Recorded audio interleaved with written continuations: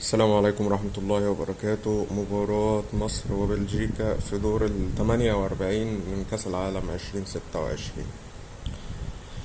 مباراة بعنوان كان في الإمكان أفضل مما كان.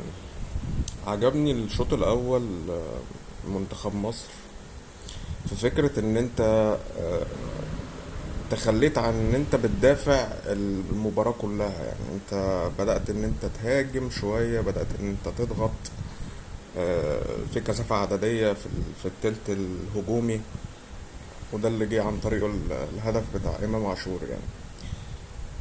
وإمام عاشور هو اللي جاب الجون. يعني سبحان الله، عندنا اتنين لعيبة بملايين الدولارات، مرموش وصلاح، ولعيب محلي مزاجنجي اسمه إمام عاشور هو اللي بيجيب الجون.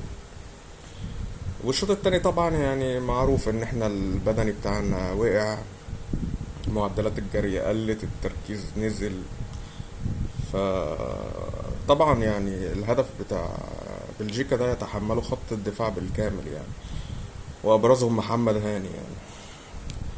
فخلينا ندخل على التقييمات كده بشكل سريع. شوبير 3/10، محمد هاني 2/10، ياسر ابراهيم 2/10، حمدي فتحي 3/10، فتوح يعني ما حسيتش بيه قوي يعني 1/10، مروان عطية 2/10، مهند لاشين 3/10، إمام عاشور 7/10 ورجل المباراة، وبالفعل هو خد رجل المباراة.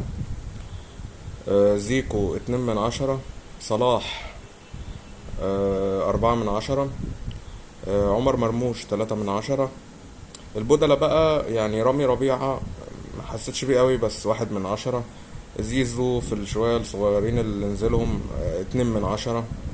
يعني كان هيتسبب في، يعني على حسب الحكم كان هيحسبها ايه، سواء ضربة جزاء او ركلة حرة مباشرة يعني. ف2/10.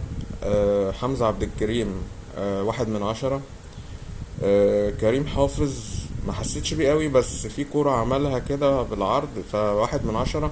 ابراهيم عادل ما حسيتش بيه خالص بقى، يعني ما فيش بقى. بس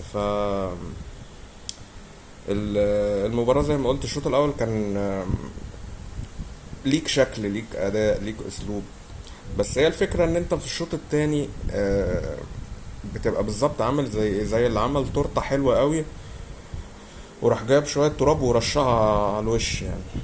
فده اللي حصل في الجون بتاع بلجيكا يعني، خاصة مع محمد هاني. ربنا يستر في اللي